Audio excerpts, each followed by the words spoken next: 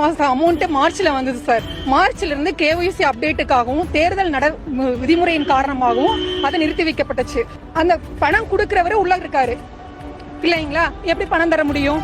அன்பு தமிழ் சொந்தங்களை YouTube channel மூலமாக அவங்க எல்லாரும் சந்திப்பது முடிந்த மகிழ்ச்சி. மைவி3 ஆட் சம்பந்தமா இந்த புதிய வீடியோ போட்டிருக்கேன். இதுல ஒரு காட்டமான செய்தி நேற்று 15/7/2024 நமக்கு கிடைச்சிருக்குது.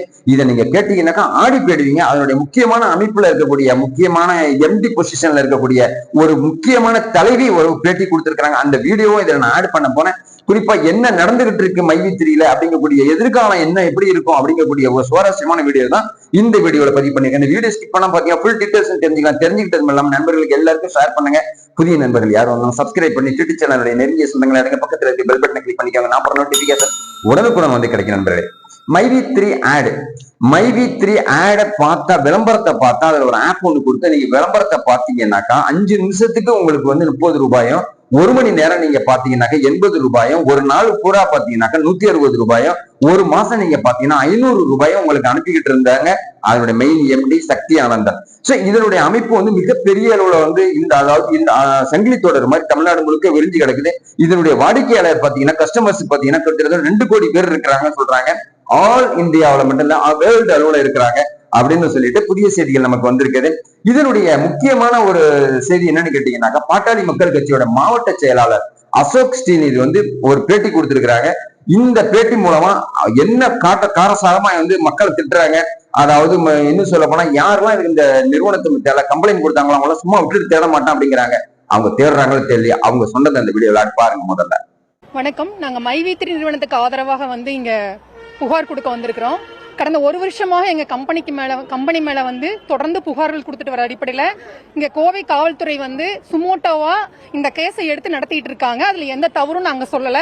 இதுக்கு எங்க கம்பெனி நிர்வாகம் எல்லாத்துலயும் ஒத்துழைப்பு கொடுத்து எங்க எம்டி சார் எல்லா இடத்துலயும் இதுக்கான ஆதாரங்களை கொடுத்துட்டு வந்துட்டு இருக்க இந்த சூழல்ல இந்த அசோக் ஸ்ரீநிதி அப்படிங்கிற பாட்டாளி மக்கள் கட்சியை சேர்ந்தவரே தொடர்ந்து யூடியூப்ல என் கம்பெனிக்கு எதிராக பேசிட்டு இருக்காரு. அவரை நாங்க தவறு சொல்லல. அவர் ஒரு மக்கள் சார்ந்த ஒரு கட்சியில் இருக்கிறாரு. இந்த விஷயத்த மக்கள் மத்தியில கொண்டு போயிட்டாரு. அதை நாங்க தவறு சொல்ல. பட் கொடுத்துட்டாரு கேஸ். இப்ப கேஸ் விசாரணையில் இருந்துட்டு இருக்கு. ஆனா அவர் ஏதோ காவல்துறையோட ஆள் மாதிரியும் இந்த நீதித்துறையில ஒருத்தராகவும் பேட்டி கொடுத்துட்டு இருக்காரு. இதுதான் நடக்கும், இதுதான் அடுத்து நடக்க போகுதுன்னு சொல்லிட்டு மக்களுடைய மனநிலையை கருத்தில் எடுத்துக்காம ஒவ்வொரு தடவையும் இந்த கம்பெனியை மூடிடுவாங்க, இனி உங்களுக்கு வருமானம் வராது, ஆல்ரெடி அதிகமா சேர்த்து வச்சுக்கிற வருமானம் யாராரு சம்பாரிச்சிங்களோ அவங்க கிட்ட இருந்து நாங்க பறிமுதல் பண்ண போறோம்னு சொல்லிட்டோம். இந்த கம்பெனி எம்டி மேல தொடர்ந்து அவதூறுகளை பரப்புறது இல்லாம அவர் மேல தொடர்ந்து குற்றச்சாட்டுகளை வைக்கிறாரு. இதுல வருமானம் சம்பாரிச்சிட்டு இருக்கிறவங்க மேலையும் குற்றச்சாட்டு வைக்கிறாரு. கம்பெனி மேல புகார் கொடுக்க சொல்லி மிரட்டுறாரு. இந்த மாதிரியான விஷயங்கள்ல அவர் மேல காவல்துறையோ அரசோ எந்த விதமான நடவடிக்கை எடுக்கிறது இல்ல. அவர் மேல நடவடிக்கை எடுக்கணும்னு சொல்லியும் அது மட்டும் இல்ல எங்க கம்பெனி நிர்வாகம் எல்லாத்திலும் ஒத்துழைப்பு கொடுக்கிற பட்சத்துல சீக்கிரமா இந்த விசாரணை முடிச்சு எங்க எம்டி சாரை விடுதலை செய்யணும் அப்படிங்கிற கோரிக்கையை முன் வச்சு நாங்க எங்க புகார் கொடுக்க வந்திருக்கிறோம். தவறுன்னு சொல்லவே இல்ல சார். கடந்த 1 இயரா அங்க என்னென்ன கேக்குறாங்களோ அதுக்கு தேவையான எல்லா எவிடன்ஸையும் சார் கொடுத்துட்டு இருக்காரு. இஓடபிள்யூல இருந்து என்னென்ன டிபார்ட்மெண்ட்ல என்னென்ன தேவைப்படுதோ எல்லாத்துக்கும் அலைஞ்சுக்கிட்டு தான் இருக்கிறாரு. கடந்த 1 வருஷமா போயிட்டு இருக்காரு. என்ன பிரச்சனை? கோர்ட் அதாவது தவறு சொல்லியாச்சு, விசாரணை நடந்துகிட்டு இருக்குது, கொடுத்துட்டு இருக்காங்க. கோர்ட் முடிவு பண்ணட்டும், காவல்துறை முடிவு பண்ணட்டும். கோர்ட் இதெல்லாம் தவறு அப்படின்னு சொல்ற பட்சத்துல அந்த தவறை நாங்க ஏத்துக்கிட்டு அதுல மாற்றம் கொண்டு வரதுக்கு தயாருன்னு சொல்லி எங்க எம்டி பேட்டி கொடுத்துட்டு தான் உள்ள போயிருக்காரு. அதுக்கு இடையில யூடியூப்ல போட்டோம், பேஸ்புக்ல போட்டு எதுக்கு அவதூறு செய்யணும்? இந்த அவதூறு செய்யறவர் மேல ஏன் நடவடிக்கை எடுக்கல? யார் அவர்? எது போலீஸ் ஆளா, இல்ல கவர்மெண்டோட பர்சனா, இல்ல நீதித்துறையோட பர்சனா? அவர் யார் பறிமுதல் செய்யறதுக்கு? சொத்துக்களை பறிமுதல் செய்யணும்னு சொல்றதுக்கு அவர் யாருங்க? அவர் என்ன பொசிஷன்ல இருக்காரு? அததான் நாங்க கேக்குறோம் சார். அதாவது பிப்ரவரி மாசம் அமௌண்ட் மார்ச்ல வந்தது சார்.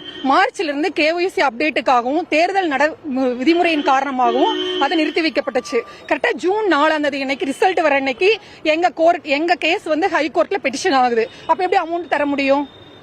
அந்த பணம் கொடுக்கிறவரு உள்ள இருக்காரு இல்லைங்களா, எப்படி பணம் தர முடியும்? விசாரணைக்கு எல்லா இடத்துலயும் கட்டுப்பட்டு நிக்கிறாரு. அப்ப அந்த விசாரணை உடனடியா முடிச்சு மக்களுக்கு ஒரு பிரச்சனைக்கு தீர்வு சொல்லுங்கன்னு சொல்றோம். நாங்க உறுப்பினரா இருக்கிறோம். ஆமா சார். நாங்க பணமே போடல சார். நாங்க ஒரு பர்ச்சேஸ் பண்ணிருக்கிறோம். அந்த பர்ச்சேஸ் பண்ணனா எங்களுக்கு வருமானம் வரும்னு சொன்னாங்க சார். ஒரு ஃபுட் சப்ளிமெண்டரி சார். எப்படி சார் அப்ரூவல் எல்லாம் 3 வருஷமா எங்க சார் கவர்மெண்ட் போச்சு? கவர்மெண்ட் அப்ரூவலோட தானே பண்றோம். ஜிஎஸ்டி கட்டி இருக்கிறோம். என்ன சார் வேணும்? அந்த ஜிஎஸ்டியோட எவிடன்ஸ் கொடுத்துருக்காங்க. அந்த ஃபுட் எங்க அந்த சப்ளிமெண்டரி எங்க தயாராகி வந்ததுங்கிறது எல்லாத்தையும் கொடுத்துருக்கோம். நாங்க கிட்டத்தட்ட 1050 ஸ்டோர் தமிழ்நாடு முழுக்க ஒர்க் ஆயிட்டு இருக்குது, ரன் பண்ணிட்டு இருக்கிறோம். அந்த ஸ்டோர்ல என்னென்ன பொருள் இருக்குதுங்கிறத நாங்க விசிபிளா வச்சிருக்கிறோம். எல்லா ஸ்டோர்லயும் வந்து நாங்க வச்சு காட்டிட்டு இருக்கிறோம், அதை வித்துட்டு இருக்கிறோம். அதை வாங்கி சாப்பிட்டவங்களோட ரிவ்யூ தான் எங்களோட ஏடா வந்துட்டு இருக்குது. அதுல எந்த பிரச்சனையும் இல்லையே சார். அது மட்டும் இல்ல சார், இது வந்து எம்எல்எம் ஸ்கீம் சொல்றாங்க. கண்டிப்பா இது எம்எல்எம் கிடையாது. இது ஒரு விளம்பரத்துறையும் வர்த்தகத்துறை இணைஞ்ச ஒரு ஸ்கீம். கிட்டத்தட்ட 1 கோடி கஸ்டமர் உள்ள வந்துட்டாங்கன்னா, இன்னைக்கு கார்பரேட்டுக்கு தேவை கஸ்டமர்ஸ் தானே. இந்த கஸ்டமர்ஸ் உள்ள வந்துட்டாங்கன்னா இந்த பிசினஸே வேற லெவல்ல போகுது. இன்னைக்கு முதலீடுகள் இருக்குன்னு சொல்லிட்டு வெளிநாட்டுக்கு போகுது அரசு. பட் இங்க தேசிய முதலாளியா இவர் நிக்கிறாரு. ஏன் கார்பரேட்டும் அரசாங்கம் இவருக்கு வந்து எதிராக நிக்கிறாங்கிறதா எங்களோட கேள்வி. உள்நாட்டு சந்தையில தேசிய முதலாளிகளை ஆதரிக்க வேண்டிய அரசு ஏன் சார் வெளியில இருந்து வேடிக்கை பாக்குது? இவ்வளவு மக்கள் இருக்காங்க, 75 லட்சம் மக்கள் வந்து இருக்கிறாங்க. சீக்கிரமா இந்த விசாரணையை முடிச்சுட்டு நடத்து இல்லைன்னா முடிச்சிருன்னு சொல்லி கவர்மெண்ட் ஒரு ஆர்டர் போடலாமே. இன்னைக்கு சிஎம்முக்கும் சரி இஓடபிள்யூக்கும் சரி நிறைய எங்களோட பெட்டிஷன் போயிட்டே இருக்கு. அப்ப அரசு இதுல துரிதமா செயல்பட்டு விரைவா நடவடிக்கை எடுக்கணுங்கிறத எங்களோட கோரிக்கை. ஓகே, இந்த வீடியோ நீங்க பாத்திருப்பீங்க. அவன் எவ்வளவு காரசாரமா பாத்துக்கிட்டு இருக்கு. பேசுனதை பாக்குறோம். கவர்மெண்ட்டுக்கு வந்து அப்ரூவல் நாங்க வாங்கிட்டோம், கவர்மெண்ட்டுக்கு வந்து ஜிஎஸ்டி கட்டுறோம், போலீஸ் சொல்லிட்டியா, கோர்ட்டு சொல்லிட்டியா, நீங்க யாரையா சொல்றது அப்படின்னு சொல்லிட்டு என்னையும் பார்த்துதான் கேட்டு இருக்கிறாங்க. சோ ஓகே, யாரு பலன் பெற்றிருக்கிறாங்கன்னு தெரியல. அவங்க பலன் பெற்றிருக்காங்களா, அவங்க மூலியமா அஇஅதிமுக உள்ளவங்க பலன் பெற்றிருக்காங்களா, ஏடிஎம்கே உள்ளவங்க பலன் பெற்றிருக்காங்களா, யாருங்க சொல்லணும்? யுஓடபிள்யூ குற்றப்பிரிவு போலீசார் வந்து வெட்ட வச்சமா கொண்டுட்டு வரணும். இதுக்கு வந்து முதலமைச்சர்கிட்ட வந்து சக்தி ஆனந்தனுடைய செக்ரட்டரி வந்து அவருடைய வக்கீலும் போய் நேரடியா வந்து அவருடைய துறை சார்ந்த அமைச்சரை போய் பார்த்திருக்கிறாங்க. இன்னும் சொல்ல போனாக்க நீதித்துறை அமைச்சராகமா, இன்னும் சொல்ல போனா குற்றப்பிரிவு சம்பந்தப்பட்ட அந்த கேஸை விசாரிக்கக்கூடிய நிதி அலுவலகத்தை போய் அவங்க பார்த்திருக்கிறாங்க. பிரச்சனையை வந்து சுமூகமா முடிச்சுக்கலாம் அப்படின்னு சொன்னதுக்கு அப்புறம் தான் இந்த அம்மா வந்து ரொம்ப காரசாரமா பேசுறது நீங்க பார்த்திருப்பீங்க. சீக்கிரமா விசாரணை முடிஞ்சு அவர் நிரபராதியா வெளியே வருவாய். அந்த திட்டம் வந்து தொடங்கிக்கிட்டே இருக்கும். இது மிகப்பெரிய நீண்டு போயிட்டே இருக்கும். அந்த தலைமையே வந்து அழிஞ்சு போயிட்டா அந்த திட்டத்தை நிப்பாட்ட மாட்டோம். மைவித்திரிங்கிறது வந்து கேரண்டி கம்பெனி. அதன் மூலமா இதோட ஹெர்பல் ப்ராடக்டை நாங்க வித்துக்கிட்டு இருக்கிறோம். நீங்க வந்து இறங்கி பாருங்க, உங்களுக்கு தெரியும் அந்த அனுபவம், உங்களுக்கு கிடைக்கும் வருமானம். யாரைய புரளிலாம் பண்றது அப்படின்னு சொல்லிட்டு எல்லாரையும் விளாசி தள்ளிட்டதை நீங்க பார்த்திருப்பீங்க. ஆனா எதிர்காலம் எப்படி இருக்குன்னு சொல்லிட்டு யுஓடபிள்யூ அதிகாரி தான் சொல்லணும். இப்ப வந்து கேஸ் விசாரணையில இருக்கிறது, மீண்டும் கைது செய்யக்கூடிய சூழ்நிலையில இருக்கிறதுனால அவருடைய மேல்முறையீடு தள்ளுபடி செய்யப்பட்டிருக்க அடிப்படையில இப்ப வந்து அவர் ஜெயிலுக்கு போறது உறுதியாயிடுச்சு. அவர் மட்டும் இல்ல, அவர் சார்ந்த துறை சார்ந்த கிட்டத்தட்ட 13 பேர் மேல கேஸ் பதிவு இருக்கிறதுனால அவங்க வந்து ஜெயிலுக்கு போகக்கூடிய ஒரு சூழ்நிலையில இருக்குது. அவங்க எப்போ வருவாங்க, ஜாமீன் கிடைக்குமா, எதிர்காலம் எப்படி இருக்குன்னு சொல்லிட்டு ஒரு பதட்டத்திலேயே வந்து தமிழக மக்கள்ங்கிறத விட மைவித்திரி ஆடு பார்க்கக்கூடிய விளம்பரம் பார்க்கக்கூடிய அந்த மக்கள், அதாவது அவங்களுடைய வியூவர்ஸ் வந்து குழப்பத்துல இருக்கிறாங்க. அது மட்டும் இல்லாம பணத்தை நிறைய போட்டுட்டு இந்த விளம்பரத்தையும் பார்த்துட்டு நமக்கு பணம் கிடைக்குமா அப்படின்னு சொல்லிட்டு ஒரு குழப்பத்துல இருக்காங்க. இவங்களுக்கு எல்லாம் பணம் கிடைக்குமா கிடைக்காதான்னு சொன்னாக்கா இது வரைக்கும் கிட்டத்தட்ட ஒரு 30% பேருக்கு தான் பணம் கிடைச்சிருக்குது. அவங்க போட்ட பணத்துல பாக்கி போட்ட பணம் சுவாகா பண்ணி வச்சிருக்கிறாங்க. கிட்டத்தட்ட 70% பேருக்கு மக்களுக்கு வந்து பணம் கிடைக்கல. அப்படிங்கிறதுனால குற்றம் பண்ணவங்க தண்டிக்கப்படுவாங்க அப்படின்னு சொல்லிட்டு தமிழ்நாடு அரசு சொல்லுது. இப்ப வந்து மாறுபட்ட கருத்து என்னன்னு கேட்டீங்கன்னா, பணம் போட்டவங்களுக்கு அந்த பணத்தை கொடுத்துடணும். அப்படி இல்லைன்னு சொன்னாக்க போனஸ்ங்கிற பேர்ல அவங்க தொடர்ந்து கொடுக்கணும். அப்படி இல்லைன்னு சொன்னா பொதுமக்களே வந்து திரும்ப கம்ப்ளைண்ட் பண்றாங்க குற்றப்பிரிவு போலீசார் கோயம்புத்தூர்ல கிணத்து கடவுல அப்படின்னு சொல்லிட்டு தமிழக மக்கள், கோயம்புத்தூர் மக்கள் சொல்ற அடிப்படையில என் யூடியூப் சேனல் சொந்தங்களுக்கு விளக்கி விழாவாரியா சொல்லிட்டாங்க. அதாவது பாட்டாளி மக்கள் கட்சி மாவட்ட செயலாளர் அசோக் ஸ்ரீநிதி காட்டமான பேச்சு நீங்க கேட்டிருப்பீங்க. அவங்க கம்ப்ளைண்ட் பண்ணக்கூடியவங்கள பத்தி யார் பத்தி எல்லாம் கம்ப்ளைண்ட் பண்ணாங்களோ அந்த செய்தியை நீங்க கேட்டிருப்பீங்க.